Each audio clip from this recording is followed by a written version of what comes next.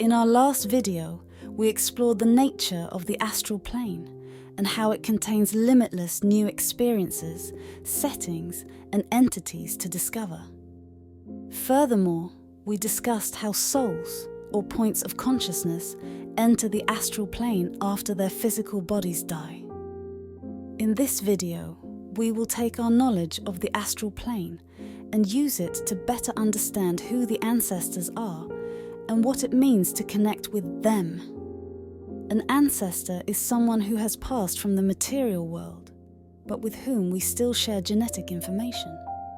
Indeed, cosmic bloodlines form as generations live and die, creating patterns of information that ripple throughout space and time. As souls continue to incarnate into the Earth realm, these patterns perpetuate and diversify. This process of genetic information transfer can be traced all the way back to the primordial origins of human life and beyond. Indeed, we begin to notice that as we look into our deepest ancestral roots, all of us share a common cosmic origin. Many traditions say the universe began as a single point from which all things came into existence. Thus, we could say that every one of us are related, and that all those who came before us are our ancestors. It is true that in the grandest scheme, we all exist as emanations of the universal prime creator. However, we still live in a matrix of duality and differences. For this reason, extremely distant ancestors may not resonate with who we think we are. There are certain entities and souls who are so far removed from our daily lives and recent historical experiences that we may have difficulty relating to them. This immeasurable divide shows us why we should consider reaching out to our ancient relatives. When we turn towards the astral plane to summon our bloodline for conversation, we discover where we come from. We become aware of the long-forgotten experiences that led to our physical incarnation.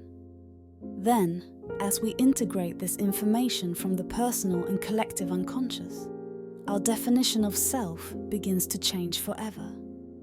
Beyond self-discovery, however, there is another benefit of communicating with our ancestors. Ultimately, it can be described as a form of partnership or symbiosis. What this means is that if we show love and support to our cosmic bloodline, we will receive that same energy in return. In our previous video, we explored how souls enter the astral plane following the death of their physical bodies. It is true that this experience can be more liberating and adventurous than anything we could possibly feel on Earth. However, the astral realm is not always a place of harmony. Many souls enter the vast beyond without having attained very much self-awareness. These beings tend to roam the astral plane with a sense of fear and confusion. They do not know where they are, who they are, or what they are doing. Therefore, what these souls need above all is a source of guiding light. By calling upon your ancestors, you are behaving like a beacon within the astral plane.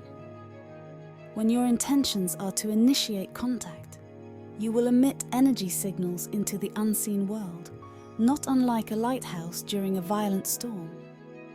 Even those ancestors who are thriving in the astral plane will recognize your call. Indeed, a soul with advanced consciousness will more easily recognize their kin, and will perhaps be the first ones to move towards your energy when summoned.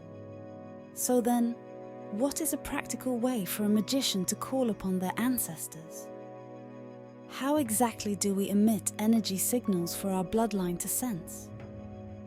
Furthermore, what makes these relationships symbiotic? And what kind of benefits can we expect to receive as a result of uniting with our ancient kin?